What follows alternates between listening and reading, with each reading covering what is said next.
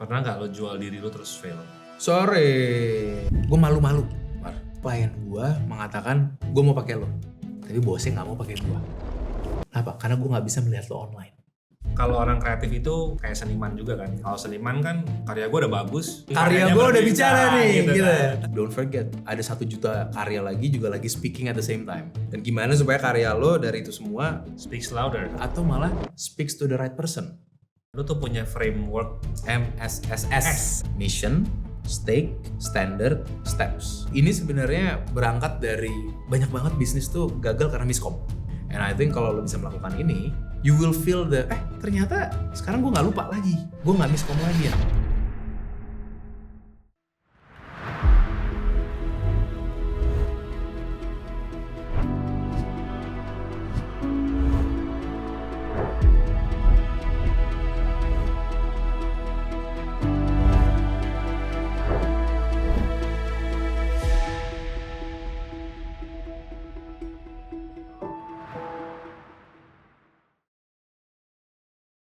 Chris, welcome. Thank you banget udah mau datang. Thank you Mario. Kita udah lama nggak ketemu ya. Terakhir ketemu di ketemu Singapura apa di nggak, habis Singapura kita ketemu lagi di Jakarta sekali ya. Dah. Oke. Sekarang buat audiens gua nih pasti nggak kenal sama lo. Tuh. Lo bisa nggak kasih short intro? Who is Christopher Tobing? Tapi gue maunya dalam bentuk elevator pitch. Wih. Itu jagonya lo kan? Karena buat yang nggak tahu, elevator pitch itu kayak orang memperkenalkan dirinya di dalam lift dalam jangka waktu yang cukup singkat ya. Berapa lama biasanya? 10 detik, 15 detik? Macam-macam, tergantung, bisa 10 detik, 30 detik, tapi kita usahain dalam satu ngobrol, satu keluar, orang paham, oh si Chris kerjanya ini, si Mario kerjanya ini, kayak gitu. Oke, yaudah. Oke, Please. gue itu bantu, salah satu yang gue lakukan, gue bantu creative entrepreneur untuk mereka bisa dapat deals yang harganya lebih tinggi, kliennya lebih baik, tanpa harus adu ide, tapi ningkatin influence-nya mereka. Caranya gue latih di business communication, jadi mereka akhirnya bisa melakukan influence tanpa harus ngurangin harga. Bisa menang tanpa ngurangin harga, bisa menang tanpa harus punya ide yang lebih bagus. Nama gue Christopher, dan gue melakukan itu melalui program Dealmaker. Wow, lu jago jual mahal artinya. Jago jual supaya harga mahal. Oke. Jadi sebenarnya kalau yang gue lakukan tadi, itu tiap kali gue ngomong bukan scripted ya. Maksudnya gue biar clear gitu, ini bukan script tapi struktur yang gue gunakan berulang-ulang. Jadi kayak misalnya gue ada salah satu yang gue lakukan tadi, tapi gue ada agency, gue ada yang lain. Tergantung gue ketemu sama siapa, my elevator pitch can change. Oh gitu, tergantung lu dia butuhnya apa dong kira-kira ya? Harus ujung-ujungnya harus selalu seperti itu, karena gue kalau ngomong harus gue pikir, ini gue ngomong kan bukan demi gue ngomong demi orang depan gue. Oke. That's the mindset utama. Jadi kalau udah seperti itu, kayak gue mau ngomong sama lo di sini, ya gue akan fokus kepada my elevator pitch yang sesuai for your benefit. Makanya gue arahnya kayak tadi. Jadi lu tuh agency atau lu coach kan? Gue gue berangkat dari situ, tapi along the way banyak maunya ya. Are we all? Yes banget. Jadi abis itu gue mulai dari sebagai coach and trainer. Gue mulai dari situ. We handle corporate coaching, business coaching, itu kita lakukan. Along the way, the journey changes a little bit, di mana kita fokus terhadap ada tambahan, ada branding. Kita ngelihat bahwa orang-orang ternyata butuh branding, butuh marketing, dan kita bangun our own agency akhirnya. Oke. Jadi sekarang kita di dalam our big business tuh ada coaching training, ada agency, di mana agency 360 ya, dari PR, dari public relation, dari studio design, sama foto video, event, itu kita lakukan. Oke. Jadi gue kalau one of the reason kenapa gue bilang I love to do what I do, karena gue masih tiap hari masih harus ya pitching, jualan. Gue bukan ngajar doang, karena literally every day there is a proposal yang harus kita create, proposal yang harus kita present, dan gue dan tim gue ujung-ujungnya ya harian kita lah itu. Oke, artinya ada dua sebenarnya. Satu agency kayak production, dan satu lagi lu ngajarin ya. Ngajarin, coaching, yes, betul. Corporate dan juga personal. Corporate, personal, business ya. Oke, tapi lebih ke arah communication, marketing, branding. Business communication. Jadi Business gimana supaya your business communication works. Karena bukan hanya public speaking. Maksud gue public speaking is one of them. Tapi percuma kalau lo bisa public speaking, tapi cuma seru-seruan. Bukannya public speaking yang ujung-ujungnya influencing orang. Oke. That's my goal. Gimana lo bisa yang udah punya craft, udah punya skill, udah punya art, bisa membungkus art itu supaya ujung-ujungnya orang bilang, Mar, gue mau ambil barang lo. Gue mau banget barang lo. Through communication. Oke. Kita akan Boleh. go in depth ke sana abis nanti di next question ada. Boleh, tapi kayaknya gue banyak belajar dari lo juga deh, karena kan lo suhu di sini. Kagak lah. Suhu kita sama yang Oh iya benar. Suhu kita sama. Gue lihat CV lo Ya. tuh Bachelor of Real Estate in Yes, Melbourne. betul. Property and construction. Oke, lo ngapain lo masuk situ terus tahu-tahu sekarang jadi begini? Iya, mama gue marah sih sama gue pas gue pindah. Gue itu dulu memang gue inget banget pas gue mau kuliah, gue pengen di properti. Gue pengen banget. Ada cita-cita dari dulu pengen jadi developer, Mar. Oke. Gue pengen banget jadi developer, bangun rumah, bangun properti, jual. Itu that was my dream pas gue SMA melakukan itu. Oke. Nah, gue belajar, gue masuk, ternyata dunia properti bukan cuman bangun rumah jual rumah aja. Di situ gue masuk, di situ ternyata ada property valuer, ada appraisal, ada QS, ada gede banget. Sampai di situ gue lihat, oh gue mau menjadi property valuer. Akhirnya for a long time gue belajar itu dan gue gue kerja di situ. Jadi pada saat gue di Australia waktu itu gue 5 tahun lebih gue sebagai appraisal. Harian gue adalah nge-appraise apartemen, nge-appraise rumah waktu itu for a bank di sana. Tapi along the way gue masuk ke sebuah fase kayak gini-gini doang ya jadi appraisal. Gue pernah side mission, gue beli rumah, gue renovasi sendiri. Jadi benar-benar motong kayu, ngecat semua sendiri gue lakukan. Di situ gue sadar gue bukan handyman, tangan gue kacau. Harusnya gue kayak akan lebih baik kalau gue hire orang. Jadi I went through all the things yang gue lakukan pada saat itu untuk gue merasa ini bener gak sih yang satu gue suka, apa gue cuma suka konsepnya tapi gue nggak mau terjun. To the point dimana gue ngobrol sama I got a coach, obviously di situ I got a coach, ngobrol-ngobrol sama dia akhirnya bilang, what is something that you really wanna do sebenarnya? Bukan something yang your parents tells you to do, bukan something yang society tells you to do, atau bukan something yang just because lo udah sekolah, lo harus melanjutkan itu. Gue ditanya itu dan di situ paradigm gue berubah. Gue come back to square one. Di situ gue langsung lihat, reflect, long story short, ternyata gue suka ngajar dari dulu. Dan that coach asked me one very good question. Orang datang ke lo nanya apa sih? Let's start from there. Help people out. Jadi dia bilang, Chris, help people out. Orang nanya lo dari mana? Dan abis itu baru dia bilang, pertanyaan gue, can you monetize how you help people? Abis itu. Supaya lo bisa help more people. Jadi dia fokusnya ke sana. Di situ the whole journey berubah. Gue akhirnya ngerti tentang, oh ada ya dunia coaching, oh ada ya dunia training. Karena gue suka ngajar dari dulu. Ceritanya berjalan terus, ya akhirnya berapa tuh artinya? 14 tahun yang lalu, 15 tahun yang lalu ish, perjalanan gue di situ mulai dan sekarang gue di sini day to day melakukan dan melanjutkan that decision. Jadi lu punya turning point adalah your self talk, asking yourself. Iya, bener. Ya, that's spot on. My self talk. Karena self talk gue waktu itu mengatakan, oh begini doang bekerja di sebuah corporate, atau oh begini doang kerja di sebuah perusahaan apa. Maybe I didn't meet the right mentor at that time. Itu juga possibly ya. Tapi gue gak menyesal sih sampai sekarang karena jalannya akhirnya gue nyampe di sini. Dan I still enjoy property. Makanya gue suka ngeliat Instagram lo. I love the photos. Gue suka ke tempat-tempat di mana they have good architecture and all that. Tapi gue akhirnya I enjoy property from a different angle. Yes. Kayak gitu. Sekarang kita masuk ke industri orang kreatif nih. Nah, oke. Kalau orang kreatif itu notabene seakan-akan kayak seniman juga kan. Seniman, benar. Kan? Nah kalau seniman kan karya gue udah bagus, ya udah biar aja karya gue yang berbicara. Iya. Seringkali begitu kan, tapi nggak ada leads yang masuk juga kan, cuma nungguin karya gue udah bicara nih, gitu. Kan. Tapi nggak keluar leads nggak datang. Itu kan kayak sebuah sebuah belief, ya menjadi sebuah belief banyak orang kan. Gue nggak ada menjualan lah, tuh sales biar orang datang sendiri. Menurut lo gimana tentang belief itu? Gue pernah di belief itu, tim gue hari ini ada yang di believe itu di kantor, dan klien-klien gue banyak yang believe-nya sama. Dimana just do the work, let your art speaks kayak gitu. Dan gue nggak akan pungkirin ada orang-orang yang berhasil dengan cara itu. Pertama-tama gitu dulu deh.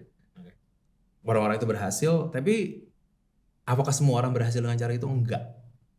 Karena banyak banget saat ini menurut gue karya-karya yang lagi dipajang dan lagi speaking, tapi nggak ada yang dapat menangin attentionnya. Jadi berarti gue kalau sebagai orang gue pengen karya gue speak. Don't forget ada 1 juta karya lagi juga lagi speaking at the same time. Dan gimana supaya karya lo dari itu semua speaks louder atau malah speaks to the right person. Kayak itu kan yang paling penting gitu. Dan apakah udah tahu speaks to the right person, is it speaking clearly or not? Supaya orangnya jelas. Soalnya gue selalu mikirnya gini, kalau dulu gue pada saat gue mikir kerja yang bagus aja, all the results will come in. Ada tuh in part of my business ya, gue klien yang udah dapet love me, dia bilang wah kerjaan lo bagus banget, hasilnya bagus. Tapi gue nggak dapet leads. Gue ketemu orang atau leads dapet, pas gue presentasi nggak convert. Itu sering banget kejadian at that time. Balik lagi, gue kalau udah kayak begini gue kembali ke mentor, gue tanya what's happening, I can do good work, kerjaan gue bagus, karya gue terbukti, gue punya proof, tapi kok orang nggak mau percaya, orang nggak mau bayar gue. Dia jangan bilangnya gini, ya artinya orang nggak percaya lu bisa solving their problem. Artinya lu ngomongin lebih banyak tentang lu daripada tentang mereka. Dan ini pertama kali gue ngerubah paradigm gue bahwa pada saat kita business communication itu bukan tentang gimana caranya gue lebih bagus, tapi gimana caranya supaya mereka lebih bagus. Jadi goal gue adalah kalau ngobrol sama orang, gimana caranya supaya dia lebih bagus ya? Gimana caranya supaya dia lebih paham? Gimana caranya supaya dia lebih mau bergerak? Bukannya gimana caranya supaya people know about me. Itu only a small part lah, the branding part. Tapi kalau udah ketemu, I think it's pada saat gue ganti mindset, dianya yang harus gue bantu, bukannya dia harus ngerti tentang gue, the game changes. Di situ baru gue business growth dan lain-lain. Jadi gue bilang kalau orang yang bilang karya speak for itself, bantu karya lo deh. Let karya lo speak, tapi help karya lo dengan cara bridging, ngobrol sama orang-orang yang tepat with the right way gitu. Maksudnya jadi orangnya yang mesti, the artist yang mesti ngobrol sama orang, atau dia menjelaskan karyanya kepada orang? Dia menjelaskan ke orangnya kenapa orang itu butuh karya seperti itu. Oke. Jadi lo dengan fotografi lo, bukan lo menjelaskan ini foto gue sebagus ini, bukan, tapi lo menjelaskan bahwa kenapa, why a good photo is needed for your business, why foto dengan kualitas seperti ini will grow yourself, why desain seperti ini akan membuat keluarga lo nyaman tinggal di sana, why desain seperti ini akan membuat lo menjadi lebih terpandang, whatever it is lah. Tapi itu yang harusnya dibantu supaya di situ baru karya lo akan terdengar pada saat mereka udah masuk on the same frekuensi. Karena karya punya frekuensi, pendengar punya frekuensi, nyambung gak nih? Nah, perannya kita as a entrepreneur, business communicator, creative entrepreneurs, itu adalah penyama frekuensinya. Itu yang kita akan coba lakukan. Karena setiap orang belum tentu punya persepsi yang sama ya terhadap apa yang dia lihat, ya nggak sih? Betul. Ya, maksudnya si desainer begini, maksudnya si viewers ini apa ya gitu. Iya. Belum tentu ngerti ya. Lo inget yang ini nggak? Pisang ditempel di dinding. Oh iya. Nah kayak gitu deh.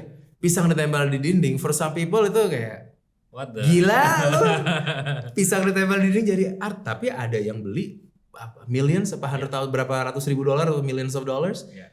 Itu kan artinya ada somebody is able to match the frequency to the right market untuk bisa ke sana. Mobil, ada yang bilang mobil Mercy tua bapuk, ada yang bilang mobil Mercy tua is the best.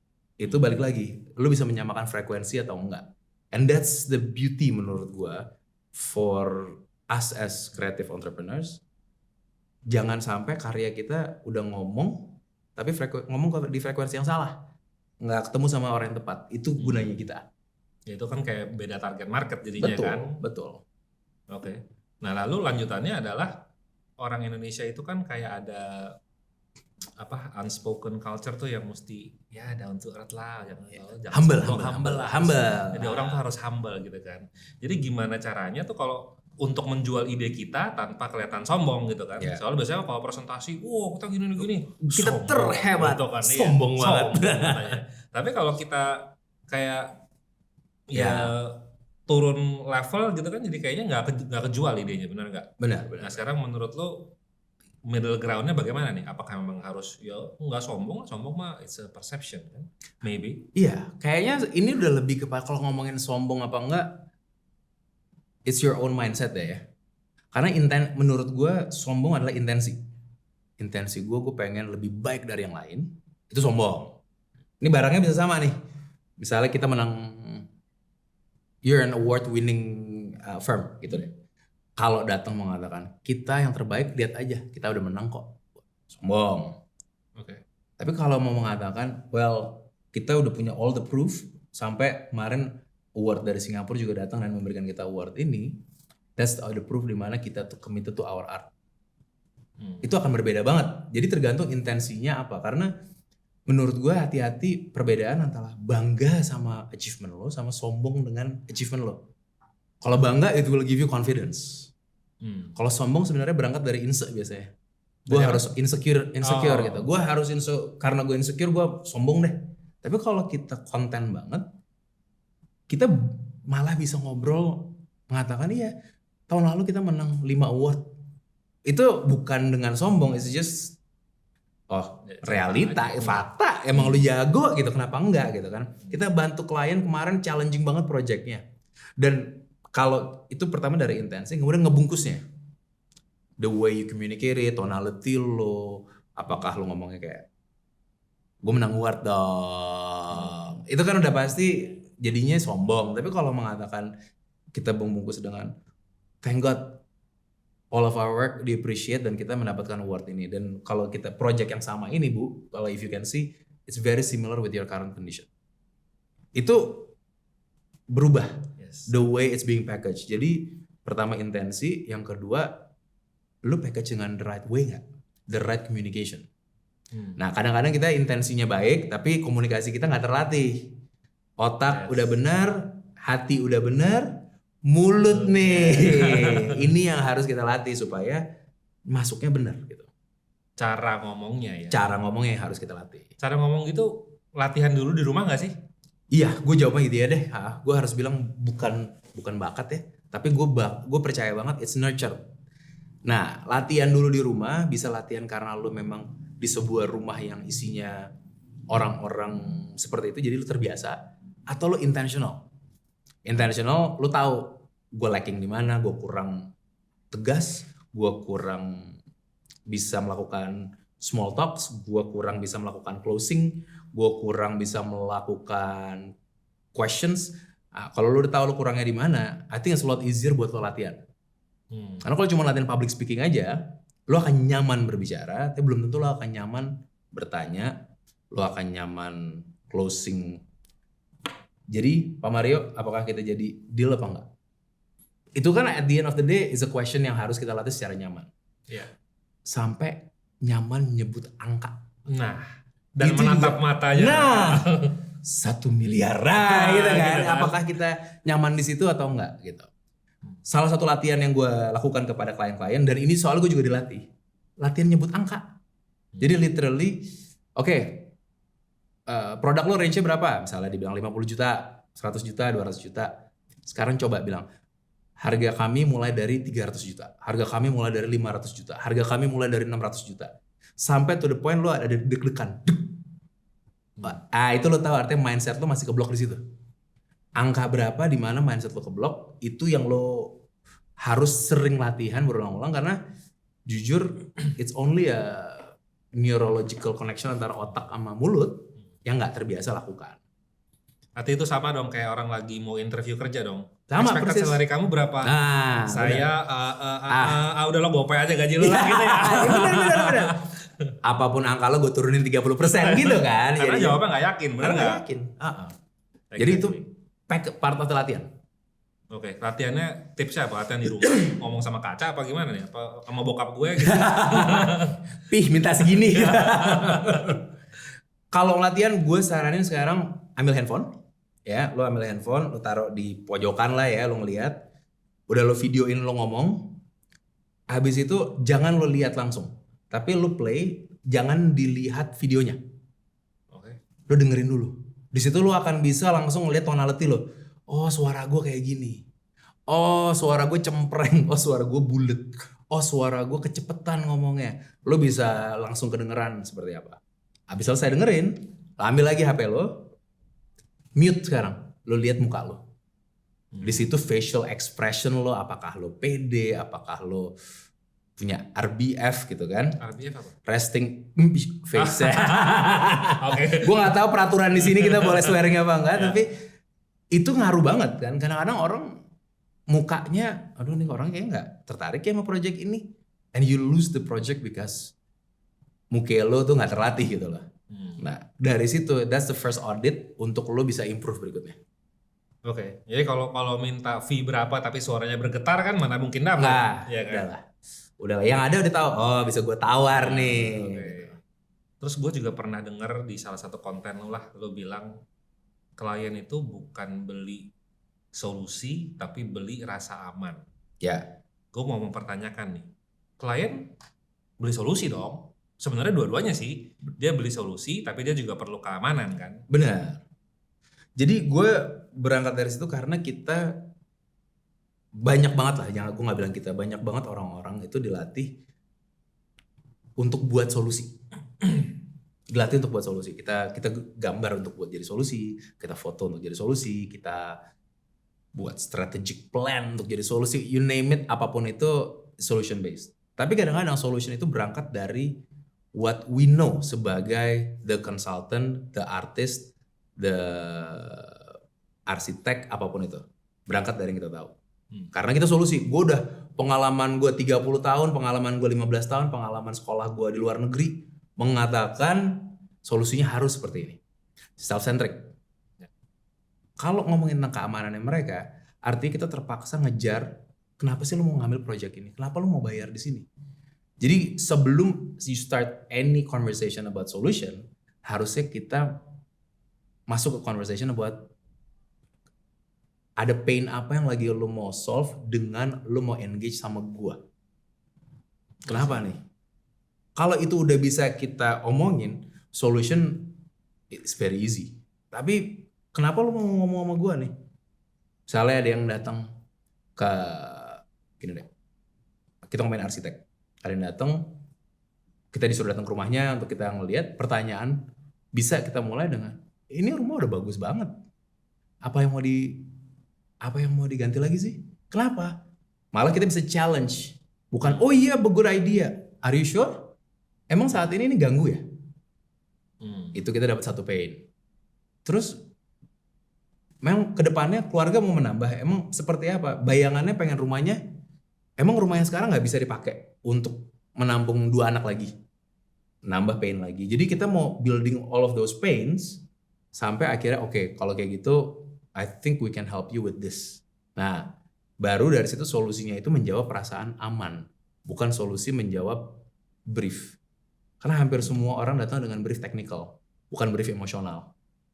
I see. Padahal setiap brief technical yang masuk ke kita, di belakang itu atau malah the core foundation ada brief emosional.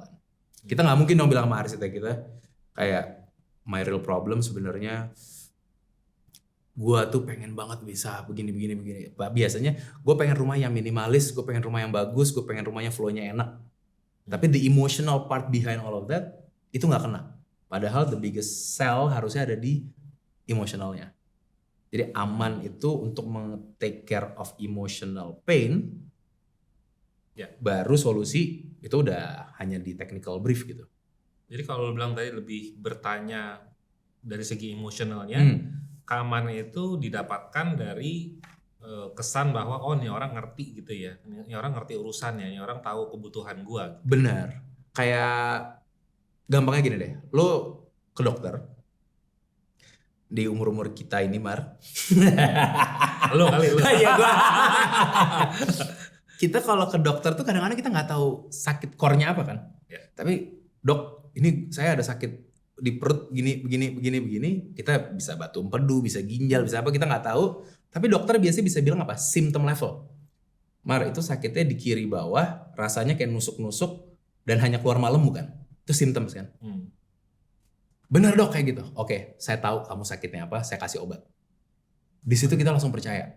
Walaupun dokternya secara sekolah dia harusnya bilang ini artinya batu empedu dulu begini gini. Dia nggak usah ngomong hal itu semua. Tapi dia bisa connect ke symptoms. Begitu symptomsnya dia bisa correctly label. Habis itu dia tinggal bilang, I know sakit lo apa, namanya batu empedu, ini next stepnya. Di situ trust level akan naik. Jadi aman itu adalah pada saat somebody can pinpoint symptoms penyakit apa yang lo punya.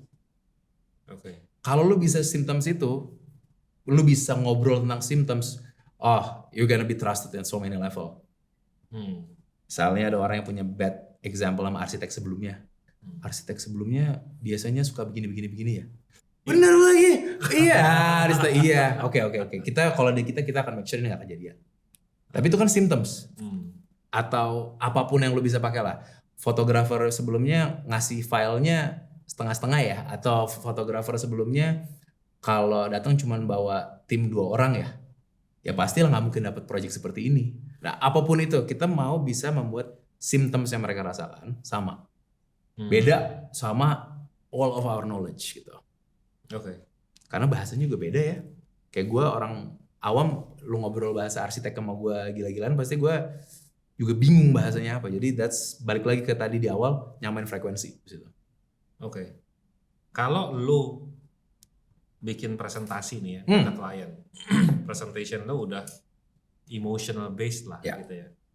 Terus tahu-tahu pas masuk ke ruangan meeting sama klien, wah yang muncul dia si otak kiri lagi nih, database and analytic based nih.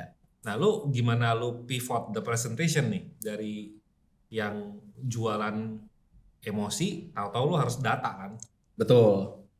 Jadi gue akan otak kiri sebenarnya yes data perlu, udah pasti.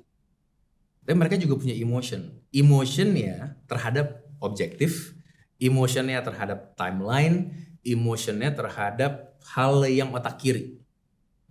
Kalau otak kanan kan lebih ke kreatif, tapi sebenarnya manusia tetap making decision di emotion. Jadi gue pasti akan bertanya, main objektifnya betul seperti ini Pak? Itu otak kiri tuh. Ya. Main objektif timeline-nya seperti ini Pak. Dan secara proses kita akan melakukan step 1, 2, 3, 4. Dimana di step 1 kita apakah challenge Bapak di step 1 apa? Itu pain-nya kena lagi. Step 2 saat ini menurut saya challenge kita nanti pada saat mulai construction akan seperti ini. Bapak betul nggak Pak gitu? Betul atau enggak? Oke, tapi kita akan akhirnya bahas setiap step one by one. Jadi kalau kita ketemu si otak kiri, selalu mulai dengan objektif, struktur, proses, dan pembicaraannya harus jelas, nggak bisa kata feeling, kata nanti kita lihat organically bertumbuh seperti apa, ini projectnya nanti bisa berkembang lebih jauh lagi. They want something plan, intinya itu. Karena the way they see the world adalah folder komputer. Terstruktur gitu kan. Dan gue tau lah banyak sebenarnya arsitek-arsitek folderingnya canggih-canggih gitu. Kecuali lu tim semua taruh di desktop ya. Kalau itu biasanya tuh si otak kanan semua tuh.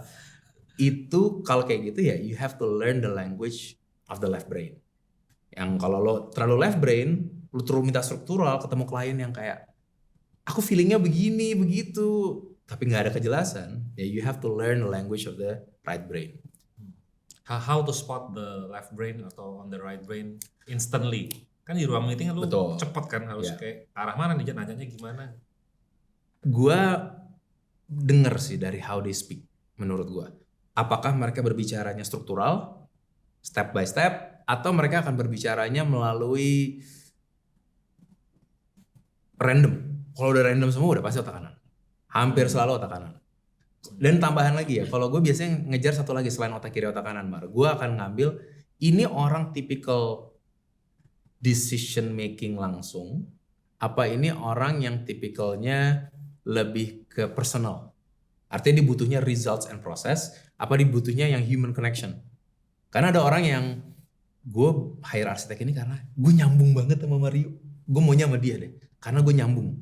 Ada yang maunya ini jelas banget. Jadi semua proses gue clear. That's why gue choose Mario. Ideally you wanna be able to do both. Okay. Lo sebagai bisnis lo harus punya dua-duanya. Tapi pada saat ketemu manusianya, ini kayaknya lebih manusia nih. Gue bawa yang cocokin. Jadi ini gue ada step by step, cuman ya udahlah nanti lo lihat aja nanti. Yang penting kitanya juga udah satu frekuensi kan, Pak Mario. Udah kita bisa ngobrol macam-macam. Tapi orangnya minta kejelasan, Pak, saya nggak akan ngambil banyak waktu. Ini prosesnya, saya jelasin dari atas ke bawah. Bapak boleh lihat dulu sebentar, yang mana yang Bapak mau tanya lebih. Itu berubah lagi. As a person, lo harus bisa dua-duanya dan jadi adaptable. Kalau lo bisa di situ, your communication model jadinya lebar dan lo bisa bantu lebih banyak orang. Karena that's the whole point kan. Kayak gue percaya lah, to be an entrepreneur atau to be a creative apapun itu gunanya untuk bantu orang kok. Jadi kalau lo pengen bantu lebih banyak, ya your adaptability harus dibesarin. Oke, ya belajar ngomong, belajar membaca situasi. Belajar, iya. Ya tadi kalau ngomong artinya kan communication skillnya ya. Benar. Masing mau otak kanan bisa, otak kiri bisa. Betul. Oke. Itu kan lo lakukan tapi. Mungkin secara nggak sadar sih, gue nggak tahu juga. Kayak maksud gue kenal lo beberapa, kita udah lama kenal dan kenal dari beberapa tahun yang lalu. Kalau gue ngeliat the way you speak, lo membaca dulu. Jadi itu kayak lo lakukan deh. Kalau lagi ketemu sama yang si struktur ya, lo kalau enggak, yuk kita brainstorm, kita ketawa-tawa, kita cocokin taste. Ya, gue nggak pernah berpikir seperti itu sih, tapi mungkin secara intuitively kali ya gue lakukannya. Baik, karena terlatih juga kan. Iya, mungkin gitu ya. Nah, sekarang tadi kan ngomonginnya udah konteksnya udah lagi pitching, mau project, ngelihat decision maker, mau ke arah mana presentationnya gitu kan. Nah, sekarang gimana caranya untuk selling without selling? Sales without being too salesy. Paham. Atau mungkin kalau di dunia korporat nih, gue baru menemukan istilahnya juga kemarin. Gimana caranya menjilat bos tanpa terlalu menjilat? Jangan jilat. Menjilat jangan basah. Gimana itu? Menurut gua, at the end of the day, pertama goal lo tetap mau closing the deal harus ada. Gitu. Itu namanya kita, karena itu kan bisnis ya. Kita mau coba close the deal itu harus ada. Cuman yang kita mau buat bukan jualan, tapi membuat dia mau beli. Karena manusia itu nggak suka dijualin barang. Yes. Manusia sukanya membeli barang. Yes. Yang Anda pakai, jam bagus, kacamata bagus, ini bagus, beli kan? Tapi kalau ada yang datang bilang, Mar, nih jam cakep banget nih di depan mata. Biasanya kita langsung defensif tuh. Apapun itu, ini bagus banget lo harus pakai. Kita defensif. Kita bisa put the smiley, oh iya mana? Basa-basi lah. Tapi kalau kita udah di point gue mau beli, itu kita udah lewat rasa rasional. Jadi goal kita in this conversation bukan nge-push, tapi menggali untuk nge-pull mereka. That's the goal. Perbedaan utama adalah lu bukan presentasi tentang diri lu, arsitek firm lu, creative firm lu, bukan. Tapi lu bertanya questions tentang mereka. Mereka saat ini keadaannya apa, mereka mau kemana, dan problem mereka apa di tengah-tengah. Karena most people juga nggak bisa mengartikulasikan problemnya. If you can help them to articulate their problem, baru habis itu lo bisa beli. Jadi gue akan selalu mulai dengan pertanyaan. I will ask them the question. Ini saat ini emang ada kejadian apa? What's happening? Boleh diceritain nggak? Dari situ gue akan nanya. Dia akan cerita. Gue akan gali pain-painnya. Gue akan gali pain tentang financial. Gue akan gali pain tentang time. Gue akan gali pain tentang kadang-kadang health, relationship, reputation, apapun itulah. Itu akan kita gali supaya ujung-ujungnya, okay, that's why lu mau ada di sini ya. That's why lu butuh ini. Habis itu gue akan push lagi. Tapi yakin yang lu butuh seperti ini. Bukannya ada opsi lain. Dia yang akan lebih maju lagi habis itu. Enggak, yang ini. Oh iya ada opsi lain nih. Kita obrolin aja. Oh iya, ini ada opsinya. Menurut lu perbedaannya apa? Why do you need this better? Di situ sebenarnya kita lagi ngebuat mereka makin merasa gua harus membeli. Begitu mereka udah berhasil membeli, udah sampai pengen membeli, baru oke, kalau gitu this is what I have, solution gue seperti ini cocok nggak buat lo? Balik lagi, mereka lagi yang decide, gue mau beli. Beda dengan begitu datang, kami presentasi firm kami dulu ya. Iya, tapi itu normalnya begitu. 90% firm, mau kita ngomongin agency, mau kita ngomongin arsitek, kita creative firm, pasti mulai dari kayaknya gampang kalau kami presentasi dulu ya. Padahal menurut gue itu paling susah. Karena pada saat kita presentasi tanpa tahu konteks, ya mereka otaknya kemana-mana. Jadi ask them the question first. Mereka lagi ngapain, seperti apa. Kalau 80% pembicaraan lu tentang mereka, lu winning the conversation. 20%-nya baru di ujung lu tinggal bilang, oh iya ini kita melakukan ini, kita pernah dapat award, ya kita pernah melakukan project yang similar tuh, ada 2 project ini. Dan kita starting dari angka 5.000, kita starting dari angka 100 juta, 200 juta, apapun itulah. Itu cocok gak sama ibu? Itu cocok gak sama bapak? Gue pernah tuh presentasi, gue ketemu klien, gue lagi yang mau beli service dia. It's a 60 minutes meeting. Oke. Gue ngomong 10 menit. Sisanya 50 menit dia rambling. Lo beli gak? Enggak lah. Gue udah nengok sama tim gue gitu. Nih kapan kelar dia ngomong, anjir. Ngomong terus sama pening. Dan tentang dia semua kan? Iya, yang sok tahu tentang kita. Oh, malah udah langsung. Ya seakan-akan I know what you need lah Mario. Nah ini gue kayak holy. Dan gue dengerin lagi 50 menit. Itu lo masih baik loh coach. Gue terlalu baik ya. Kalau enggak ada kayak sorry I have to go gitu kan. Ya. I think it's like that sih saat ini dan itu yang akan menjadi lo kan punya competitive advantage kalau lo bisa switching itu aja. Stop presenting, start asking. Presentation lo di ujung aja. Dan of course harus ditutup dengan yang terakhir 1 miliar. Ya. Tanpa bergetar. Itu itu gue juga belajar ya. Maksudnya, I think kita belajar waktu itu, tadi sebelum podcast gue sempat cerita sama lo kan, bahwa the last couple of years kita double our price. Kalau dibilang strategi utama apa? Nyali. Benar. Itu beneran, gue sampai pricing strategi, jujur pada saat bilang angka gue segini, kita starting dari segini, it changed the game. Itu starting dari kita punya own belief ya. Lo percaya nggak lo bisa? Benar. Lo worth segitu. Ya. Dan gue harus bilang, kepercayaan datang abis lo ngomong. Lo harus ngomong dulu tanpa lo percaya. Misalnya lo takut ngomong 100 juta. 100 juta. Kan awalnya 100 juta. Udah gak apa-apa, beraniin aja hari itu. Probably lo gonna fail. Tapi habis itu yang kedua, yang ketiga, lo akan makin berani. Dan makin lama makin believe. Jadi jangan tunggu belief-nya datang. Lo ngomong dulu.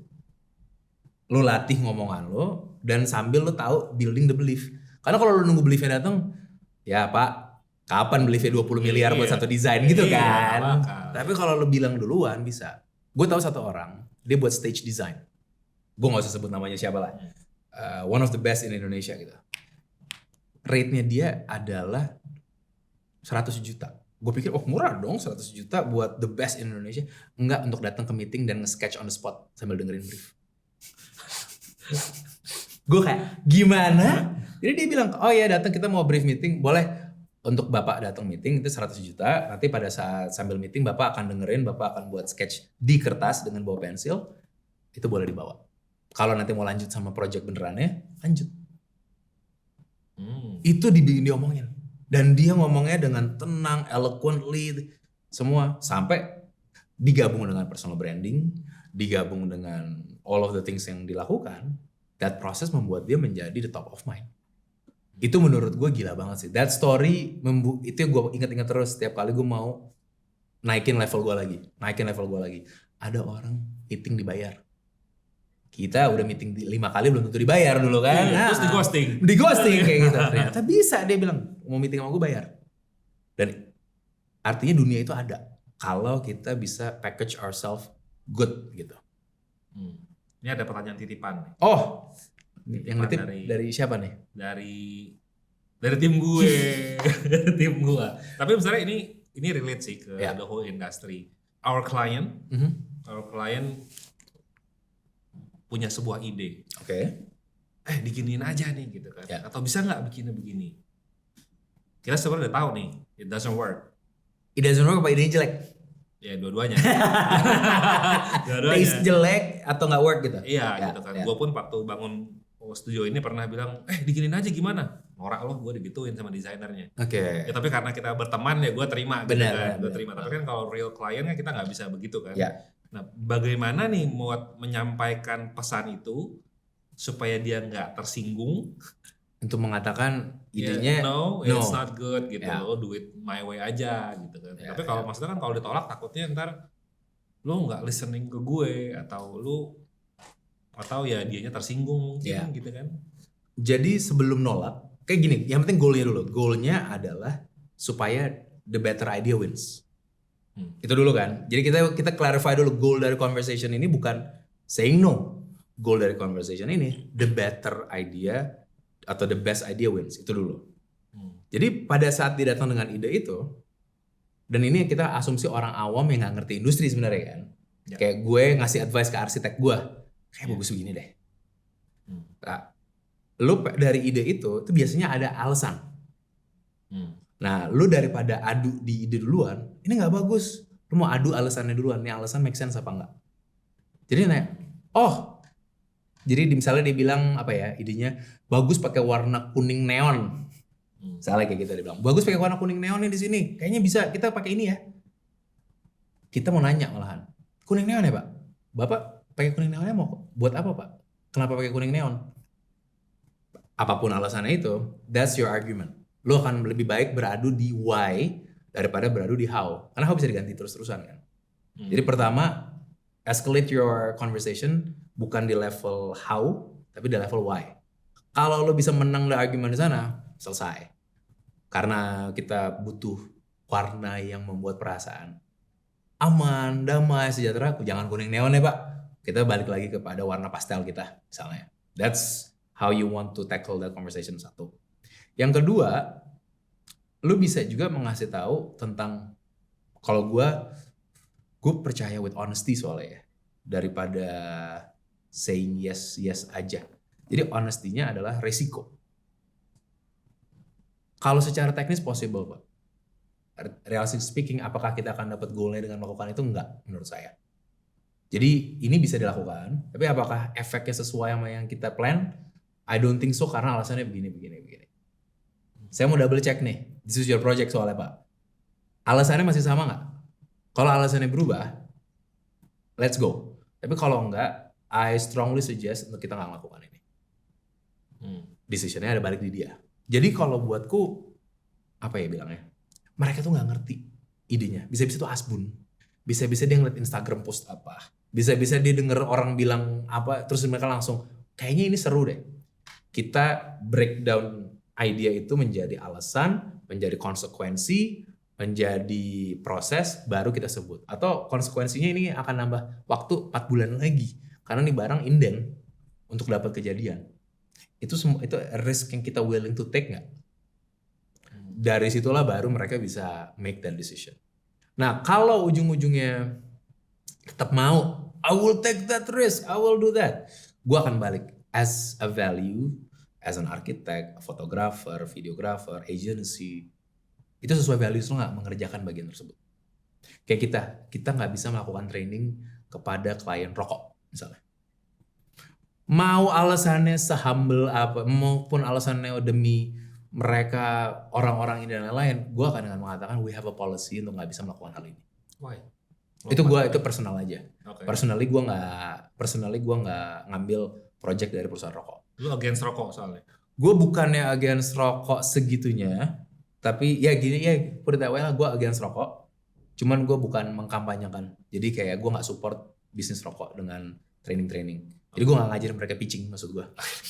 Ntar makin banyak yang jual gitu. Okay, ya kalau orang rokok menurut gue saat ini masih feel your own call, your own decisions. Oke, jadi kalau gue summarize sebenarnya orang kalau hire kita harusnya kita menganggap we are the expert.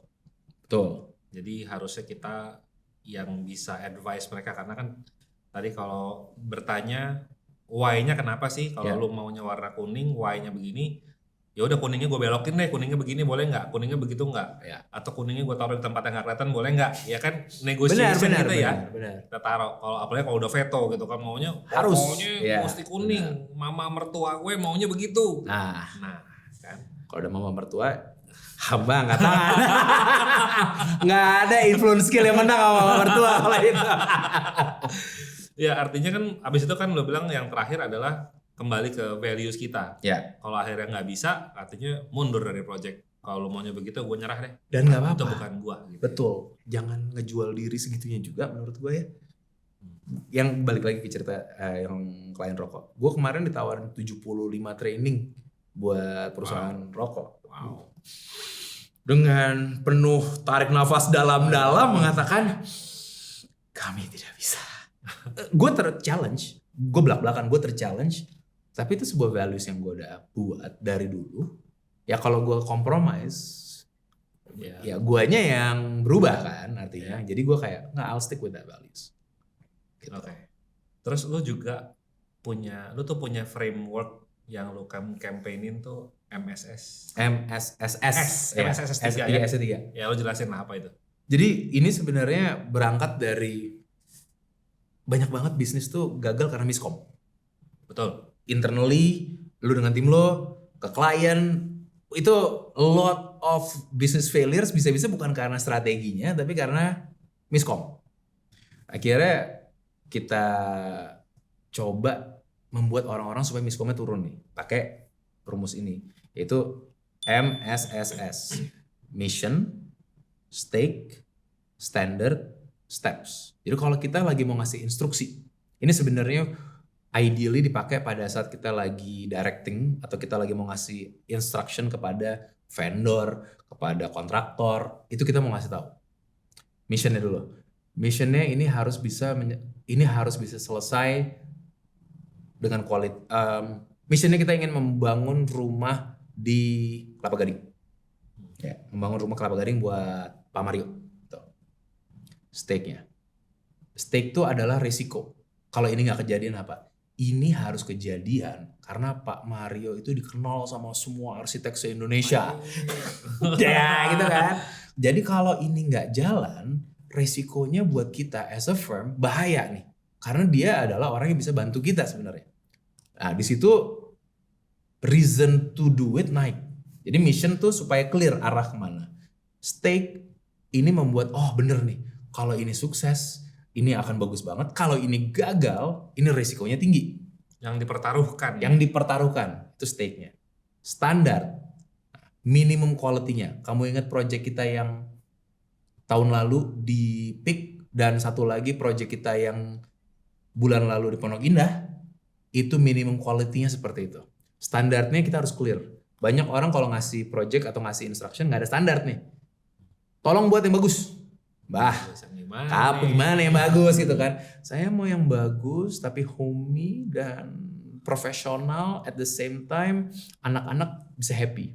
Kayak apa? Give me clear standards. Nah kita pada saat instruksi paling mudah examples. Lo ingat project-project seperti itu? Gue mau pakai kontraktor yang sama, gue mau pakai kualitas material yang sama. Oke? Baru steps. Karena itu kita sekarang bagi tugas. Kamu buat timeline, kamu buat budget, kamu kontak vendor, dan kamu siapin presentasi buat Pak Mario. Let's go. MSSS. Itu action plan. Yang terakhirnya stepsnya action plan action lah ya. plan. Nah, manusia atau leaders or kita yang nge-lead orang-orang atau ke klien pun suka kadang-kadang skipping oleh step, langsung masuk ke steps. Step kita begini. Jadi kita nggak tahu arahnya kemana. Yang paling suka lupa sebenarnya adalah stake. Stake itu orang risiko, apa yang dipertaruhkan itu suka lupa. Karena itu banyak orang-orang yang bekerja juga nggak tahu yang mana yang lebih urgent. Nggak tahu yang kenapa ini penting banget. Why do we need to win this pitch? Kenapa kita perlu mendapatkan source ini? Itu tuh nggak kepake karena nggak dijelaskan. Jadi terus kita komplain, kok tim gue kurang termotivasi, kok tim gue kurang gigih, kurang proaktif. Lu udah lakukan MSSS belum? pada saat lu memberikan mereka instruksi. And I think kalau lu bisa melakukan ini, dan ini bisa lo lakukan dengan 3 menit satu ngobrol, semuanya jelas, atau a whole presentation lo untuk ngasih pas technical meeting atau pas mau jalanin sesuatu, lo gunakan ini.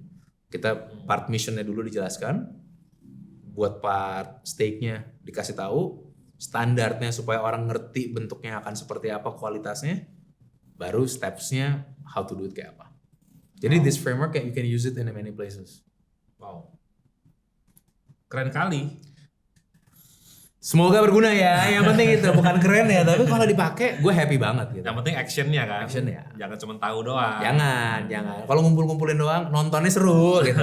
Pada saat action, let me know lah. Karena menurut gue, you will feel the ternyata sekarang gue nggak lupa lagi, gue nggak miskom lagi ya. Itu a very good moment. A very good moment. Gue sampai hari ini harus nginget juga soalnya.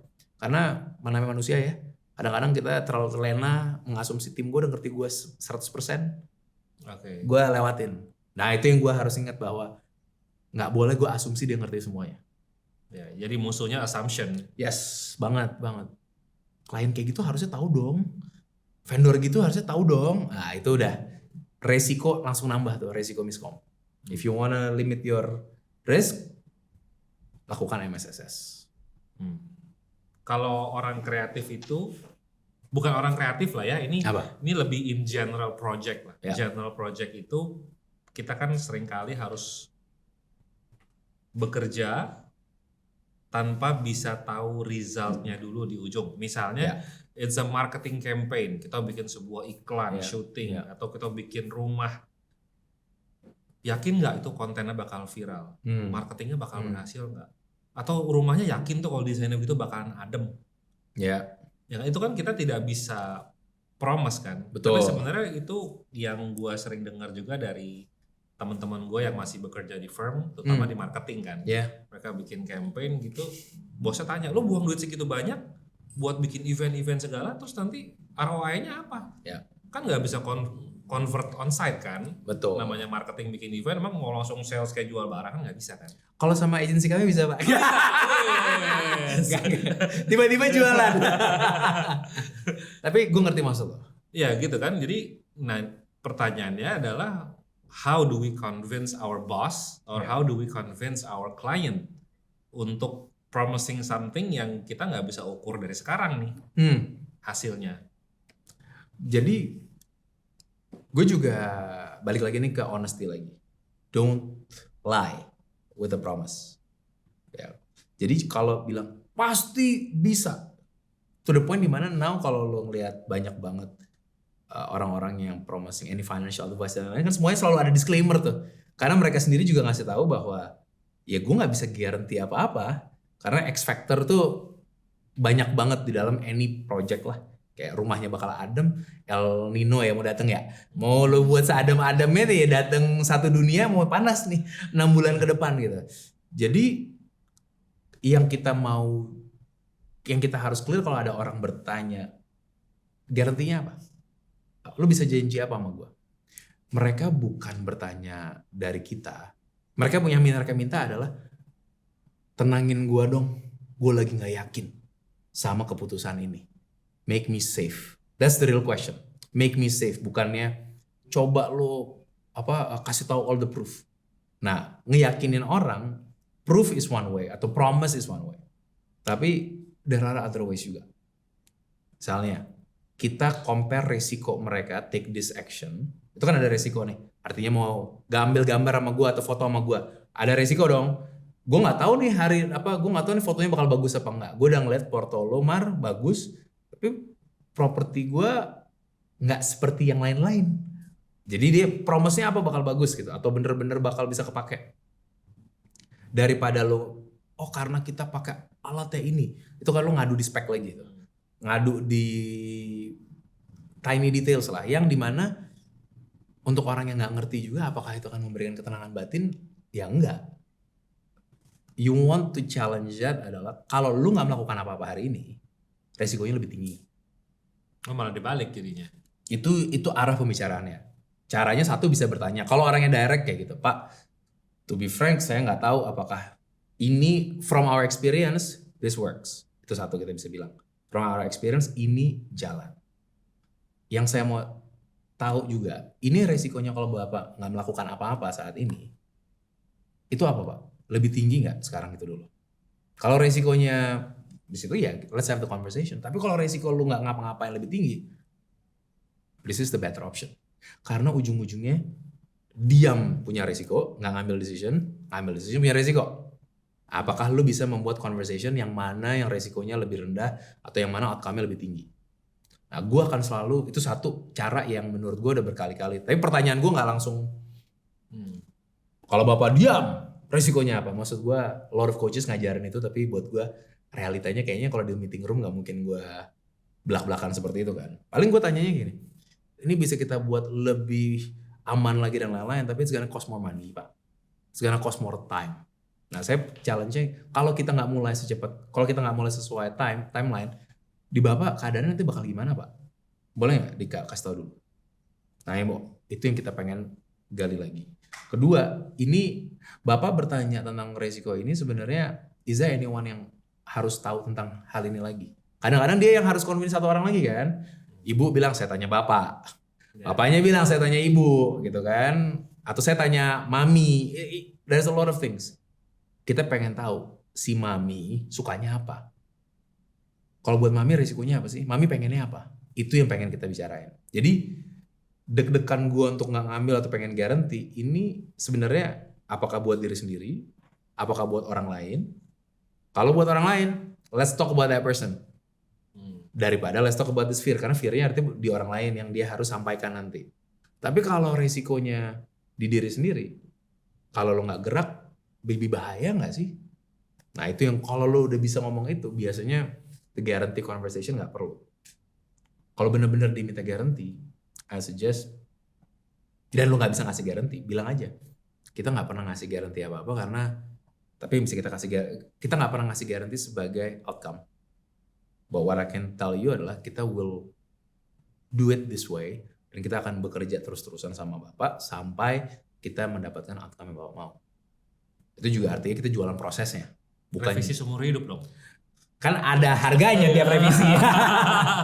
Itu kita ya, gue pernah ada satu klien, dia waktu itu bilangnya sama gue, gimana caranya supaya mereka pasti melaksanakan habis training. Itu pertanyaannya. Modelnya mirip kan? Pasti habis training nyalakan. Gue balik tanya, mereka ada di environment yang bisa melakukan itu nggak Pak? Soalnya saya udah nggak ada nih abis itu. Itu balik ke dia kan, apa yang bisa saya bantu supaya mereka punya environment-nya Pak? Gue upsell abis itu, malahan. Jadi lu ngawasin? Betul, gue ngawasin abis itu. Jadi kita mau apakah kita perlu tambahin program ya? Karena oh boleh deh, tambahin. Oke, kita tambahin proposal ya Pak, dapat. Jadi kadang-kadang mereka nanya tuh balik lagi ketenangan hati aja.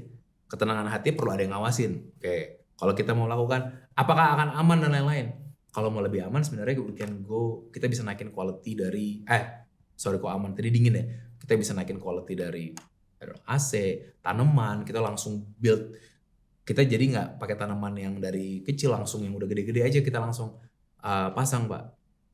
It will rise the cost significantly, tapi ini akan kejadian. Itu oke nggak Pak? Iya udah nggak apa-apa deh. Itu yang saya mau soalnya. Itu juga gue tahu beberapa klien gue kejadian. Jadi pada saat mereka minta guarantee, go deeper into the guarantee.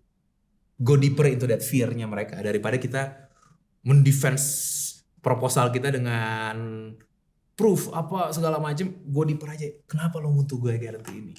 Kalau lo bisa dapat di situ, it's biasanya easier conversation. Atau malah cuma bisa bilang, Pak, on paper udah pasti saya nggak bisa. Ya angka-angka timeline seperti itu, tapi for sure ini nomor saya, Bapak tahu nomor saya di mana, Bapak tahu kantor saya di mana. We will always work with you.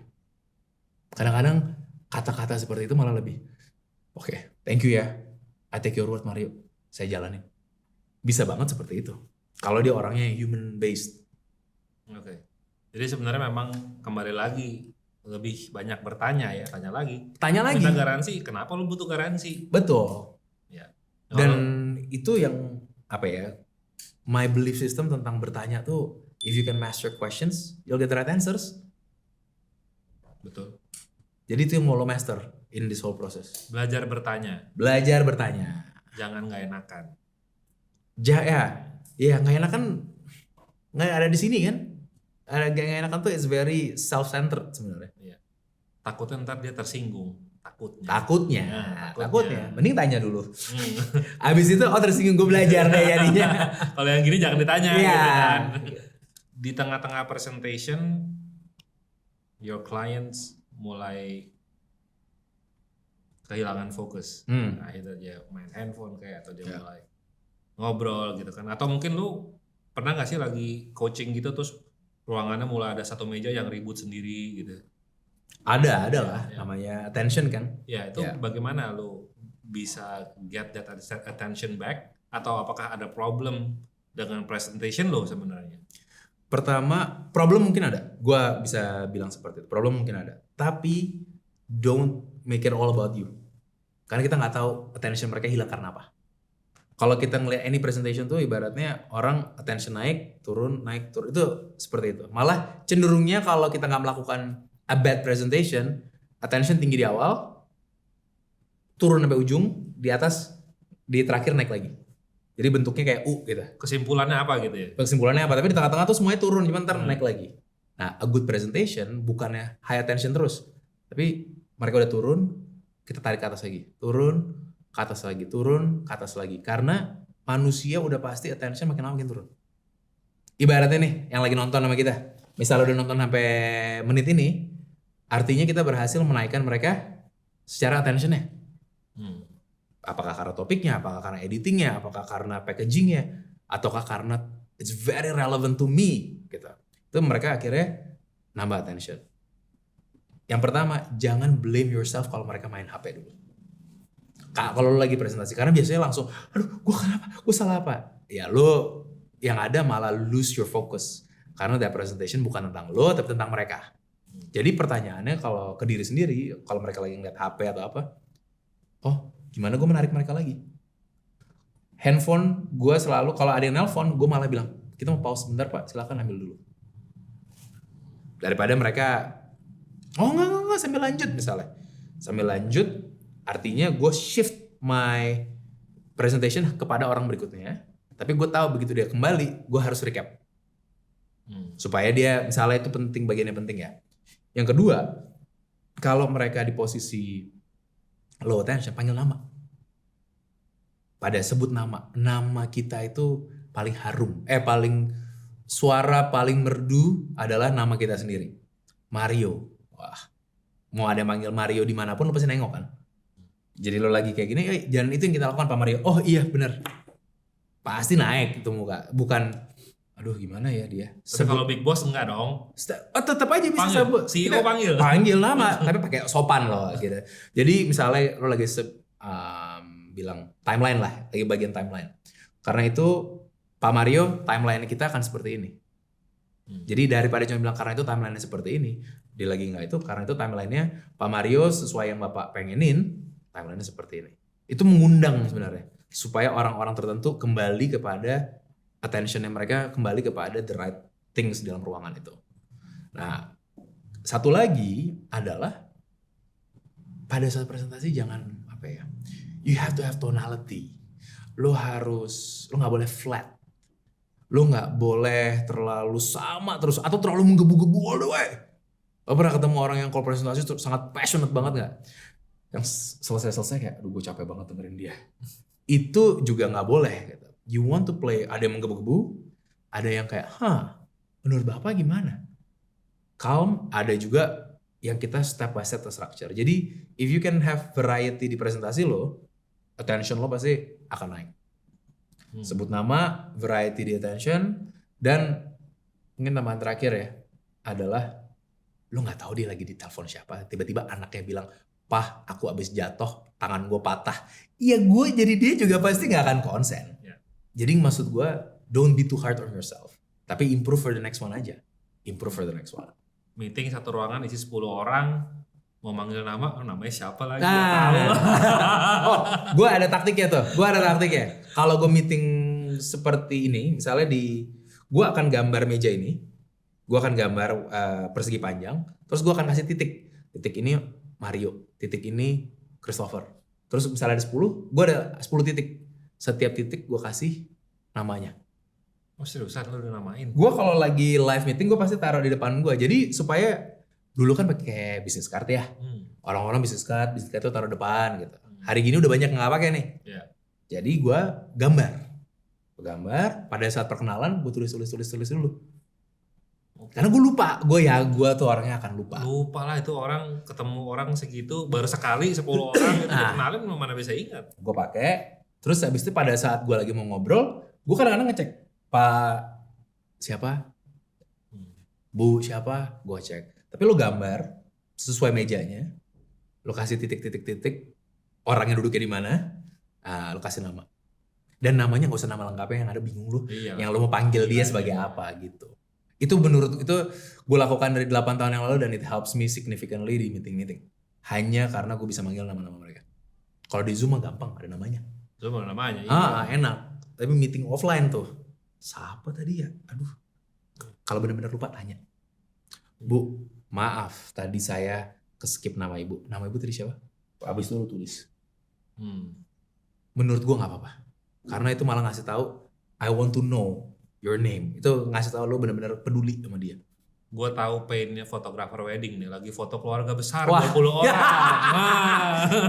Koko yang di belakang, Cici yang di sebelah kiri. Kalau itu nggak sempet nulis ya, gue lagi ngebayangin tuh. Men. Ini yang mana ya gitu. Koko yang gitu, Koko yang bajunya hitam, ya semuanya sama. Sama, gitu. lo pakai jas hitam. Itu PR tuh kalau fotografer wedding. Lo buka workshop nih buat fotografer wedding. Bisa. Gue langsung mikir tadi, gimana ya? Paket apa ya? Mereka butuhnya ini deh kayaknya. Sekarang masih seputar presentation. Oke. How to handle klien yang ghosting. Ya kan? Biasa kan presentation atau ngobrol di WA semua udah beres. Oke, kita pikir-pikir dulu. Atau nanti kita kabarin ya. Gitu kan. Nah, biasanya itu follow up bagaimana? Karena kan kalau follow up sekali belum nih, masih bos kita belum bikin keputusan. Belum nih, budgeting belum keluar. Nanya terus kan jadi kayak ngemis dan mengganggu gitu kan. Benar. Ya. Nah, bagaimana caranya following yang elegan? Oke. Following up yang elegan. Kita breakdown dulu sebentar. Orang bilang nanti gua kabarin lagi. Itu biasanya karena kita gagal melakukan emotional buy-nya. Pertama itu dulu. Jadi itu artinya tadi dia karena nggak clear. Beda kalau minggu depan kita ketemu lagi ya untuk bicarain ini. At least itu ada sebuah urgency. Atau gue boleh kirimin kita penawaran yang lebih detail nggak? Atau gue ada revisi, lo kirimin. Now you know there's something. Karena worst part adalah kalau orang nego harga, saya mau tapi harganya boleh turun nggak? Gue malah merasa itu lebih baik daripada dia bilang ini bagus, tapi nggak ada apa-apa. Itu sebenarnya ini bagus kan lip service. Artinya lo gagal pitching tuh tadi. Lo gagal membuat mereka mau beli. Jadi PR1 kalau itu adalah cara yang gue tanya salah, gue menggali pain-nya salah, bridge-nya di mana salah itu yang lo pengen assess ulang. Itu yang pertama. Tapi ibaratnya itu udah kejadian nih. Lo harus follow up. Research ada yang bilang follow up itu rata-rata baru bisa masuk ke next step-nya, convert berikutnya itu ada di ke-7 atau ke-8 kali follow up. Wow.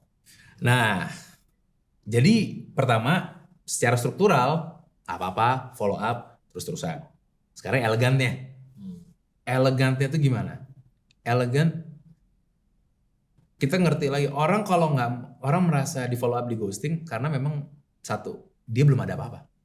Dia belum ada keputusan itu bisa, atau dia nggak ada kepentingan untuk mencari tahu keputusannya ini sebenarnya. Bisa-bisa dia pulang habis meeting kita nggak nyari tahu. Karena all of other priorities in life masuk meeting sama kita low priority. Jadi ya udah nanti deh kalau gue udah ada sesuatu baru gue kabarin. Belum perlu amat. Jadi goal kita kalau mau adalah membuat dia perlu lagi. By giving more information. Pak, saya ada information baru nih. Ternyata mebel yang kemarin kita bicarain ada penggantinya yang lebih murah. Boleh saya update nggak? That's a different follow up. Ini bukan follow up yang sifatnya ada keputusan apa nggak, tapi you give more information, more benefit buat mereka. Nah, kalau dari 7 itu lo bisa kasih 2 atau 3 follow up yang kayak gitu, chances dia balas sangat tinggi. Itu yang pertama. Yang kedua, lo kalau mau follow up, ada bagian-bagian, kalau udah di ujung, pertanyaan kita adalah, apakah sudah menyerah untuk project ini? Are you done with this project? Ini projectnya udah di drop ya Pak. Kita pengen dapat clear no. Jadi the goal of follow up itu bukan hanya dapat yes, bisa dapat no nggak. Kalau kita udah tahu ini kayaknya nggak yes, push for the no. Oke. Kalau lu push for the no, karena orang tuh suka, aduh no nggak ya? Malah bisa-bisa mereka engage, oh enggak kok Pak, kita nggak ngedrop. Ini memang kemarin kita lagi sibuk, mohon maaf nanti kita ketemu lagi di sini ya. Gitu. Atau kita bilang Pak, jadi ada dua. Yang pertama tadi yang pertama tadi ngasih information, yang kedua you push for the no, malahan dengan cara apa kalau udah nyerah, apakah ini nggak jalan lagi. Yang ketiga adalah ini gue dapat dari salah satu yang gue follow tuh namanya Alex Hormozi. Dia bilang kalau buat dia the best return rate menurut di semua bisnis yang dilakukan, dia ngirim meme malahan. Oke. Dia ngirim meme yang muka orang-orang yang kayak is this happening? Pokoknya kayak gitu-gitu. Jadi malah dia put humor in it. Nah, gue nggak bilang lo harus pakai meme yang sama. Tapi be yourself aja pada saat itu lo kalau orang yang humoris ya lo sikat aja sama dia kayak ngasih sesuatu yang hello knock knock kayak gitu. Itu membuat orang apalagi udah ke-7 kali ya. Kirimin gambar hantu dong. Kalau umur kita kirimin Casper. Benar. Wah hilang lo gitu kan ghosting. It works in some cases gue bisa bilang. Gue pernah mencoba and it works. Yang ada orang malah ketawa, hahaha bisa aja lo Mas Kris. Habis itu kita engage in conversation lagi. Ada kalanya kah itu nggak bisa? Menurut gue di dunia timur ini ada. Kalau lo sama om siapa, uncle siapa yang itu kan lu juga nggak mungkin lu kirimin Casper kan, tapi lu bisa kirimin uncle making sure has this project been stopped, uncle mau make sure project ini artinya udah nggak dilanjutin lagi ya, itu aim for the no. Kalau dia bilang iya maaf enggak, you've done following up artinya. Nanti itu urusan berikutnya apakah kita datang kembali to sell, datang kembali untuk purpose itu oke. Tapi kalau di ghosting itu stop asking for the yes. Semoga ada kabar baik. Stop bilang itulah. Semoga ditunggu ada kabar baiknya ya. Gitu ditunggu kabar baiknya. Makin buat orang kalau kabarnya nggak baik ya di ghosting. Karena ya dia nunggu kabar baik, kabar gue nggak baik, ya gue ghosting. Benar juga sih. Malah lebih baik we aim for the yes or the no. Jangan aim for the in between. In between terjadi dengan informations. You give information tambahan lagi. Gue saat ini 60% gue pakai information tambahan untuk follow up. Oke. Gue selalu seperti itu. 30%-an gue cut kalau udah di ujung-ujung banget, gue aim for the no. 10% gue try to be funny. Kadang-kadang kirim voice note. Halo Pak, ditunggu ya. Misalnya kayak gitu. Atau Pak, long time no see. Ini masih jalan gak Pak? Kabarin ya Pak. Atau malah bilang, Pak santai kalau emang gak jadi gak apa-apa. Itu aim for the no in a way yang lebih casual. Jadi I would rather get the no daripada di ghosting gak ada kabar. Kalau untuk bagian-bagian seperti ini. Dan kalau memang benar-benar ternyata dia ghosting aja terus, ya udahlah. Next one aja. Karena bisa-bisa memang dia sibuk, bisa-bisa dia orang yang gak megang HP-nya. Or we're talking to the wrong person. Iya, dia gak bisa decide apa-apa juga. Kita berdua tahu kan ada orang-orang yang mengatur kalender kita gitu. Iya. Ibaratnya kalau ngomongnya sama kita bisa-bisa malah gak dapet itu kalender. Harus ada orang yang memang punya authority, punya kekuatan di situ. Gue pernah baca juga bahwa lo di umur 20-an lo memimpin orang-orang yang jauh lebih tua dari lo. Oh oke, ya. 45, 50 Wah, lu baca di mana aja sih ini semua nih? Wes. Wah gile ini. Rajin membaca. Nah, pengalaman gua kan kalau kita umur 20 masih kacrut gitu kan ya, maksudnya ya, siapa lu gitu. Ya how do you gain respect dari teman-teman kerja lo yang lebih berumur? Padahal lo juga nggak pintar kan pada saat itu. Belum. Wah pinter sih. Tapi gini, pinternya tuh ibaratnya gue diberikan authority sama bos gue lagi. 20 tahun udah dikasih authority. Waktu baru masuk belum lah ya? Belum, enggak langsung baru masuk lah. 2-3 tahun waktu itu, oke, lo melakukan ini lead. Tapi kan namanya dikasih authority sama bos gede, bukan artinya tim lo Pasti langsung nurut gitu. Iya. Karena bocah tahu apa sih gitu. Gue awalnya salah. Gue menjadi si reformasi. Wah, let's do this, let's do that. Gue gituin dulu awalnya. Yang ada, who are you? Ngapain sih lo begini? Yang mereka nggak mau ngerjain apa-apa. Jadi akhirnya gue rubah the whole thing. Karena 3 bulan pertama gue ngeliat tim itu traumatik sampai sekarang sih. Emang nggak ada yang nurut sama gue. Mereka cuman ya diiyain. Masalahnya diiyain. Jadi gue pikir gue kali kerjain kan. Diiyain tapi malah gak dikerjain. Wah. Akhirnya I think that's one of the first time dimana gue mengerti bahwa human connection is very important. Gue mendekatkan diri sama mereka. Dan memang bahasanya beda. Mereka at that time gue 20, mereka 20-an, gue 20-an. Mereka waktu itu udah late 40s, some 50s. Ya gue harus masuk ke bahasanya mereka. Gue harus ngobrol sama mereka, mengerti mereka. Sampai baru abis itu gue mulai, okay, this is what we're gonna do. Jadi menurut gue tuh respect. Itu nomor 1. Respect mereka who they are. Jadi salah satu prinsip gue adalah meet them where they are. Mau sama klien, mau sama tim lo, mau sama bos lo, where they are lo yang harus datang ke mereka dan ngobrol di situ. Lo nggak bisa come to me, karena come to me itu effortnya tuh gila-gilaan. Dan ini menurut gue problem generation gap yang ada sekarang juga sama. Lo mau yang muda ke yang senior ke yang muda. Menurut gue kalau lo yang denger ini ya meet them where they are. Lo datengin mereka, baru lo bisa ngebawa. Itu yang pertama. Yang kedua, lu tetap harus bawa hasil. Kalau lu nggak bawa hasil apa ya Mas? Apakah lu bener-bener performing di kantor? Oke. Satu, lu udah bisa connect sama mereka. Kedua, lu bisa bawa hasil nggak? Lu bener-bener nyata nggak sih? Kalau lu cuman jago relational tapi lu nggak bawa hasil,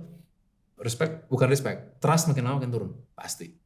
Do you actually bring results? Apakah klien datang? Apakah produk lu, karya lo cantik, karya lo luar biasa, ya itu harus lo lakukan. Jadi connection, craft lo harus bagus, baru yang terakhir clarity. Lo jelas gak? Kalau lo gak jelas, percuma. Si MSSS tadi, MSSS, yes.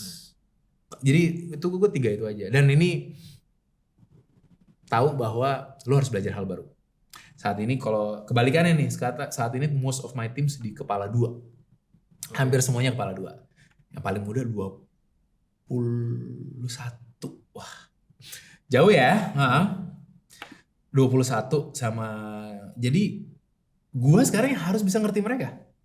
I have to understand where they are untuk gue bisa ngebawa mereka ke sana. Gue nggak bisa bilang kita mau menjadi yang nggak, gue di sini mau kerja seru, kerja enak, kerja bahagia sambil exploring what I like. Jadi gue ada pembicaraan sama mereka tentang lu lagi suka apa. Itu pasti gue inject supaya gue bisa meet them where they are. Baru abis itu gue bawa mereka ke, kalau lu suka-suka itu, nih company lagi mau begini-begini, lu mau ikut project itu nggak? Ke sana. Jadi menurut gue ini investmentnya adalah mengerti mereka, terus lu mau nggak beradaptasi supaya lu bisa ketemu di sana. Ini baseline-nya tadi, lu karya lu bagus ya. Kalau karya lo jelek, tapi lo jago capcis juga, lo gak akan dapat respect lah. Atau sebentar, you will be a good friend, tapi lo belum tentu akan nurutin. Gue mau berteman sama dia soalnya dia seru banget. Tapi kalau ya karena kerjaan dia cuma begitu, gue gak bakal nurut deh kalau dia ngasih gue arahan. Kalau untuk building connectionnya, itu connection di kantor, apa sampai keluar kantor, itu pergi nonton bareng, makan bareng gitu. Kalau lo suka, go ahead.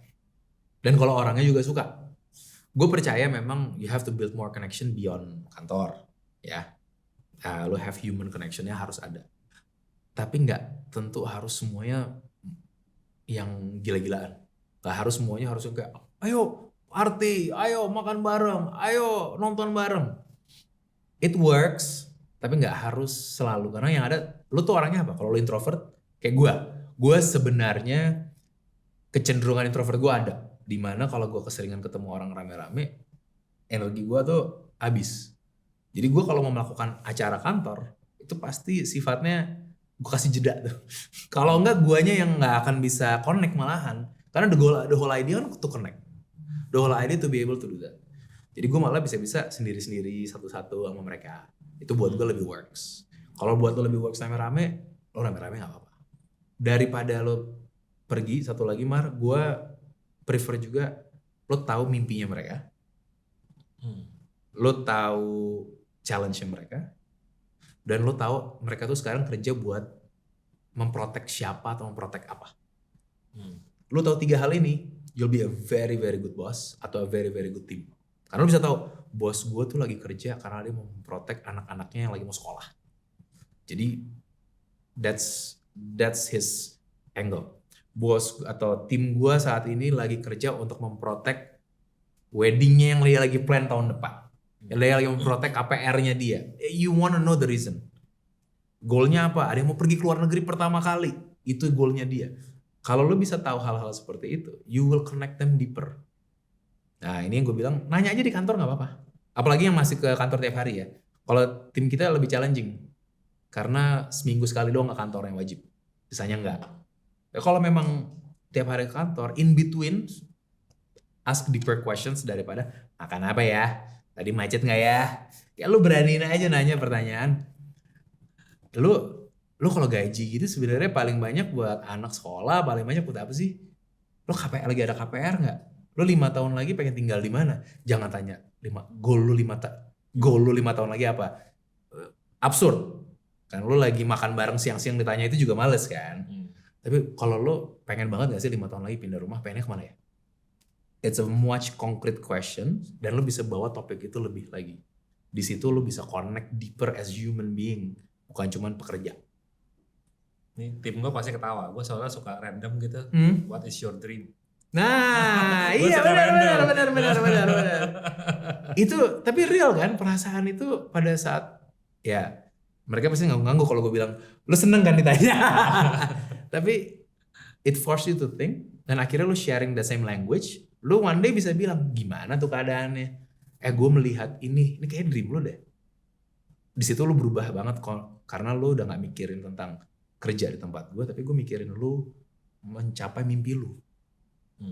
Ini something yang menurut gue pelajaran gue lah waktu itu.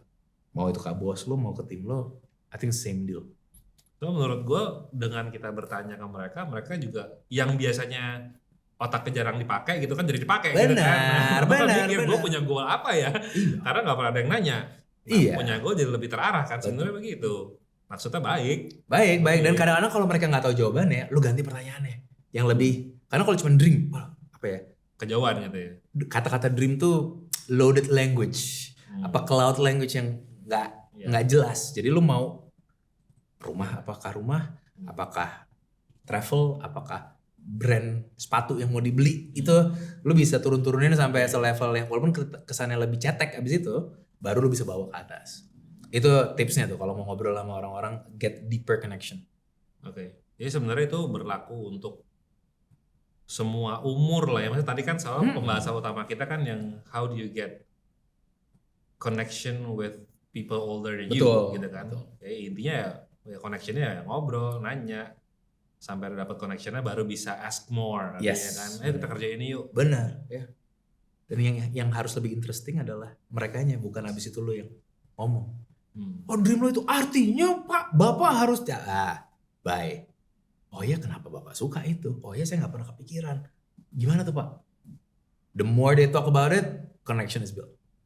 Ini ada pertanyaan-pertanyaan titipan juga nih. Sikat. Orang kerja pasti punya deadline. Ya. Dalam konteks yang teman-teman gua semua industri kreatif, orang katanya kan kalau lagi di push deadline nggak bisa berpikir kreatif pasti. Buntu. Kreatif kan butuh waktu. Gue mesti pagi-pagi sambil ke toilet dulu ambil begini. Atau gue mesti udah malam jam 10 gue baru bisa mikir misalnya gitu kan. Orang kreatif banyak syaratnya lah. Mesti sambil ngerokok dulu atau gitu kan. Lu syaratnya apa lu? Gue pagi-pagi. Itu? Gue morning person, pokoknya pagi-pagi sunyi gue bisa kerja cepat. Cepet banget. Di tempat, di condition lain gue bisa bekerja tapi gue harus memaksa diri gue. Agak lebih susah. Ya tapi kan kalau kita punya deadline ya you have to do it. Benar. Gitu.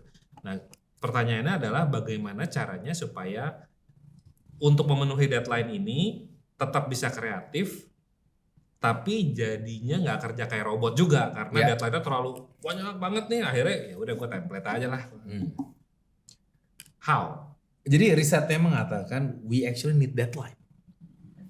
Karena tanpa deadline kita akan masuk ke ranah kreatif, tapi nggak sampai kreatif yang menjadi nyata. Karena perfection nggak ada gitu lah. Makanya ada yang bilang sebenarnya semua seniman nggak ada yang puas sama karyanya kan. Lo udah dibilang ini karya terbaik, pas ngeliat juga kayak coba gue kalau punya waktu lebih ini gue giniin. Gue kalau punya waktu lebih editnya gue giniin. Coba kemarin gue bisa ada ekstra 3 hari fotonya gue ngambil lagi dari angle sini gitu. Jadi menurut gue nggak apa-apa punya perasaan itu. Yang harus diingat adalah gunanya deadline supaya orang bisa merasakan karya ada deadline. Karena kalau nggak itu karya hanya punya kita. Kayak pelukis dong ya, melukis kapan jadinya? Belum dapat inspirasi. Belum dapat inspirasi gitu. Depan kanvas saya terus lo liatin gitu. Tapi begitu ada deadline-nya tercapai, regardless ya kualitasnya sesuai di otak lo atau enggak, itu karya itu menjadi nyata dan karya yang akhirnya dinikmati orang.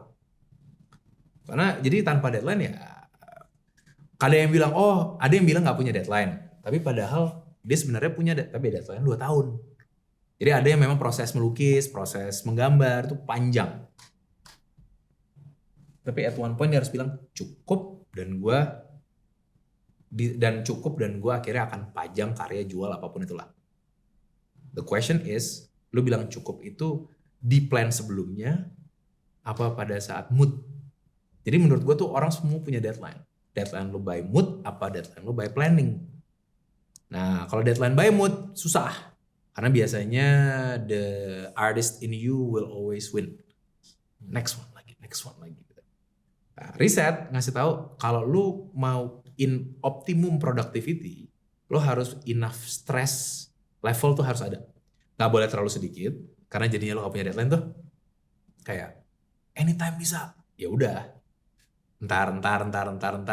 I think a lot of us punya side project yang gak kejadian karena kita gak kasih proper deadline atau proper stress yang membuat kita produktif. Jadi mau buat cafe, mau buat angkringan, mau buat you name it lah. Kita semua punya project kayak gitu. Tapi too much stress, lo hilang energi. Abis energi lo burn out lo melakukannya. Jadi lo harus punya enough stress level yang lo tahu lo optimum. In this case lo tadi sempat bilang lo pagi-pagi itu semua, pasti tuh ada enough stress level di mana ya there's a reason gue bangun paginya. Sunyinya ini enak, conditionnya tepat buat gue, tapi lo juga tahu kenapa ini harus dikerjain. Bukan because I love it. Kalau I love it, gue lebih pengen tidur gitu kan. Tapi there's a reason for it gitu. Nah, stress itu jadi nggak selalu jahat. Kalau lo bisa manage at the right place. Hari ini gue harus datang ke sini. Ada stress levelnya, ada. It take me 1 hour to get here. Itu, tapi gue mau melakukan ini semua karena ini pas nih. Enjoyable gue jalanin. Kalau misalnya kemarin zaman-zaman orang-orang mudik, gue harus traveling, stress level gue tahu gue pasti akan burn out. Itu gue nggak bisa tuh di mobil kayak gitu. Jadi gue buat orang-orang yang nggak punya deadline, gue saranin belajar punya deadline. Gue ada satu, gue lupa namanya ya, dia pelukis. Tapi dia treat his life untuk melukis adalah 9 to 5 dia harus dalam studio. Oke. Dan di dalam 9 to 5 itu dalam studio, dia harus maksudnya harus menggambar di kanvas at least 30% of the time. Regardless dia bilang gambarnya nggak akan itu, tapi dia memaksakan. Jadi dia bilang proses memaksakan itulah proses kreatif disiplin yang gue lakukan.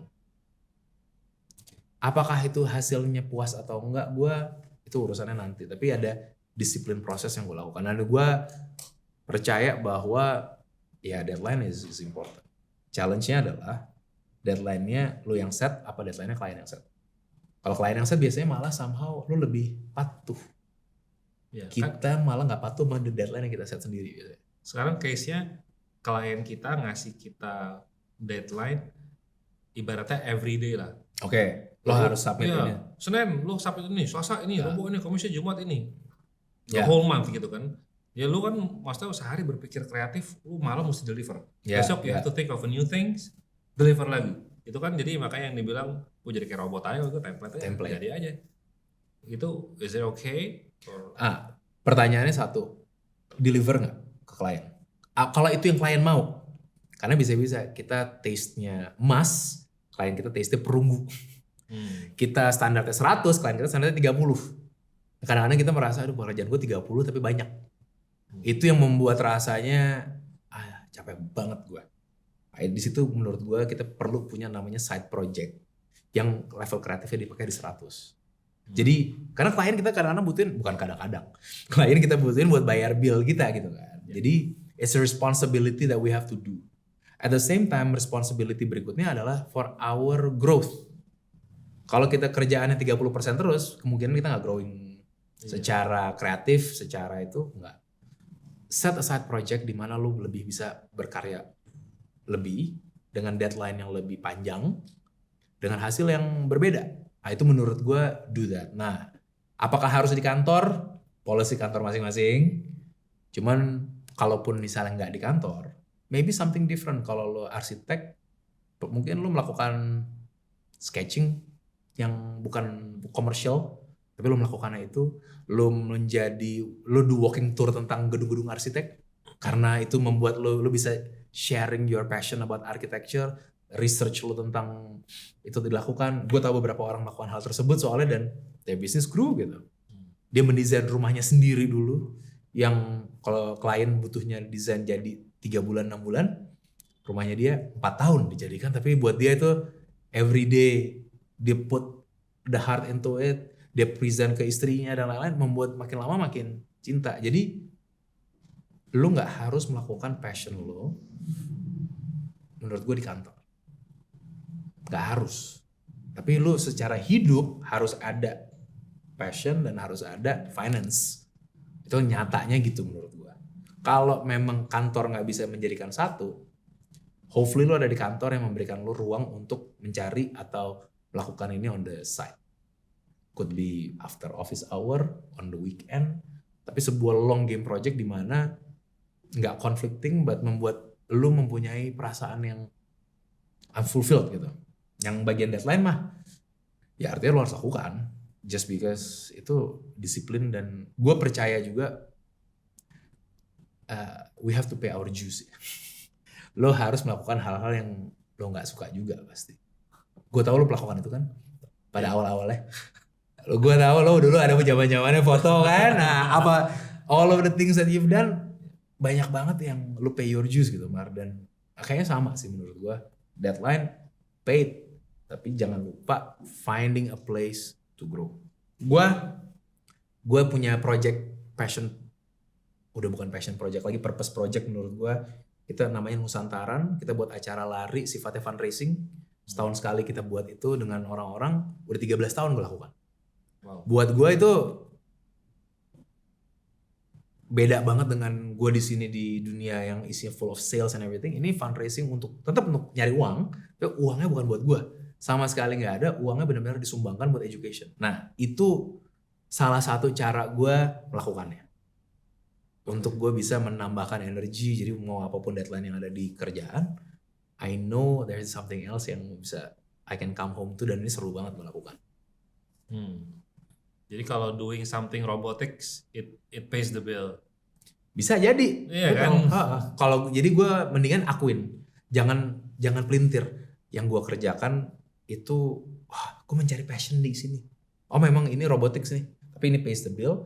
Artinya malah menurut gue kalau robotik, be better at being robotic. Jadi lu bisa makin cepat supaya lu punya waktu atau energi untuk kerjain yang ini. Kalau lu bisa pindah, mungkin waktunya pindah. Tapi kalau memang belum waktunya pindah, ya daripada lu menurunkan skill lu atau membuat makin bete, be better at it aja. Nah, kita kan kalau menerima kerjaan biasanya ada yang kita sebut ini dream job. Ya. Something that we like, duitnya gede, kerjanya gampang gitu. Gampang juga ujungnya, benar. Benar nggak sih 3 itu? Iya, kayak ikigai lah, kayak gitu kan. Iya. You're good at it, makes you money, itu helps the world, dan satu lagi apa tuh? Ya adalah gitu. People need lah. People need, benar. Ada kebutuhannya gitu. Ya. Ya. Ada case kalau sebuah company atau perusahaan atau pemimpin lah kita punya project. Oke. Terus projectnya fail. Ya. Ibaratnya fail atau mungkin ya pitching project terus gagal. Padahal timnya udah lembur setengah mati nih. Ini misalnya kayak competition deh. Oke. Ya, competition kayak kemarin lomba IKN. Ya. Itu buat bikin sayembara itu butuh waktu, cuma dikasih waktu berapa gue lupa, 3 bulan atau 2 bulan gitu, dengan team of maybe 20 to 30 people, itu semua ada cost, semuanya ikutan, langsung ikutan jebret, terus tahu-tahu kalah. Nah, how do you explain to your team bahwa you failed the project tanpa menurunkan moral mereka? Besok-besok gak mau ikut lagi competition. Bisa. Lembur sampai mati kan itu, 3 minggu ngerjain setengah mati. Besok ayo coba lagi gitu kan, kayak Gue rasa the first part malahan jangan bilang sama mereka kita harus tetap semangat. Menurut gue lo harus bersedih sama mereka. Lo harus bilang gue bete banget ini gak kejadian. Gue sedih banget kita gak menang. Itu the first part. Jadi jangan langsung waduh kita kalah. Tetap semangat ya semua. Semangat. Nah, ya hari gini gak bakal. Lebih baik lo jujur sama perasaan lo juga. Bahwa kita kalah, gue sedih banget, gue kesel banget. And let's grieve it. Let's have the grieving period dulu deh. Itu dulu. Karena dari situ lo menjadi satu bagian sama tim lo. Dimana semua kesel. Itu juga jangan jadi orang yang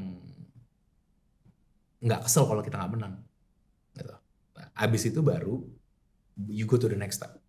Ini mau dibawa kemana nih perasaan kesel ini? Gua biasanya perasaan kesel gak menang antara dua. Let's find something else di mana proposal ini gak useless. Gue punya di kantor tuh kita punya sebuah slogan. There is no such thing as a wasted proposal. Karena idenya udah ada kan. Nih ide one day bisa kita pakai di tempat lain. Atau kerangka idenya atau salah satu unsur dari ide ini pasti bisa useful di tempat lain. Nah itu biasanya, jadi gue bisa kalau dari situ next one, apakah lo masuk ke proses? Ini bisa kita pakai di tempat lain juga gak sih sebenarnya? Ide yang ini. Jadi membuat proses tadi menjadi produktif.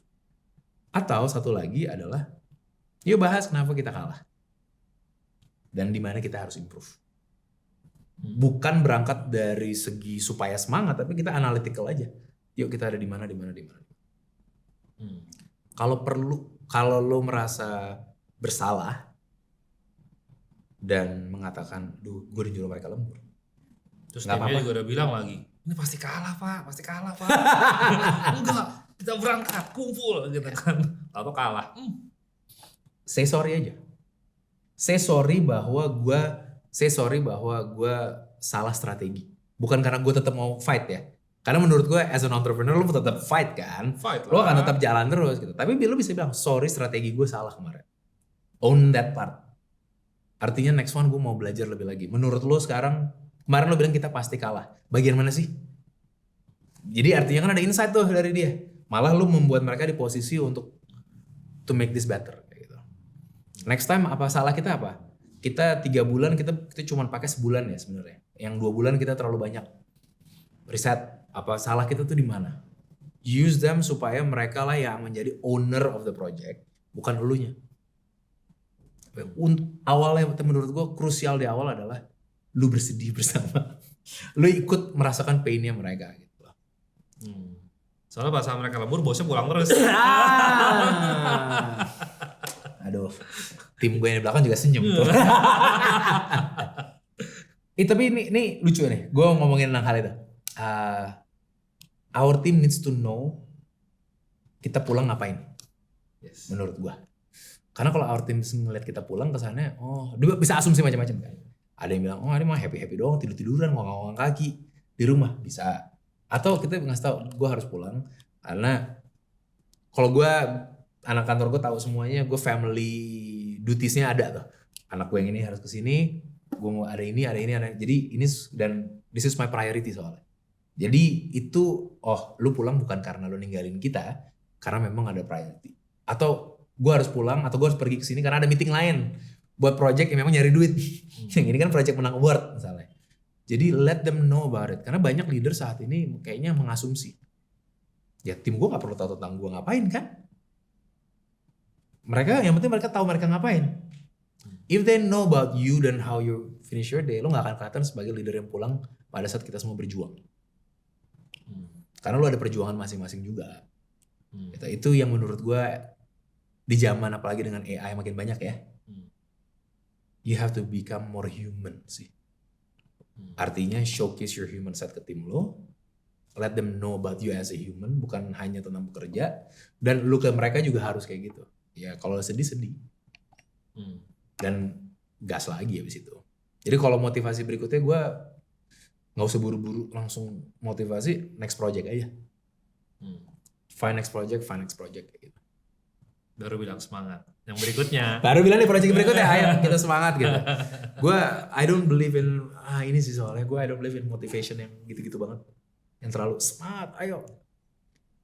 Iya, itu unless lu lagi menjalankannya gitu. Itu jadi kayak lip service gak sih? Kayak, iya. Orang yang mendengar kata semangat tuh kayak saya minta kita semua tetap semangat ya dalam gue tahu ini sebel banget dan lain-lain, but we've got a next project coming in, so let's refresh ourselves.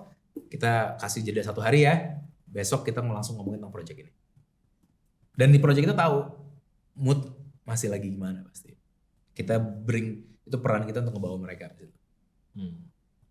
Lu katanya jago jual diri, bener gak?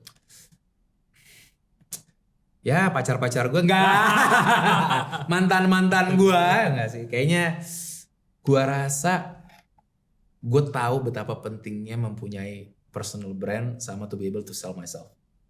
Itu gue latih. I'll put it that way. Gue latih banyak untuk all of my businesses ya gitu. Pernah gak lo jual diri lo terus fail? Sorry. Contoh yang paling buruknya apa? Yang you fail big time. I fail big time waktu itu sama corporate ya. Sama corporate.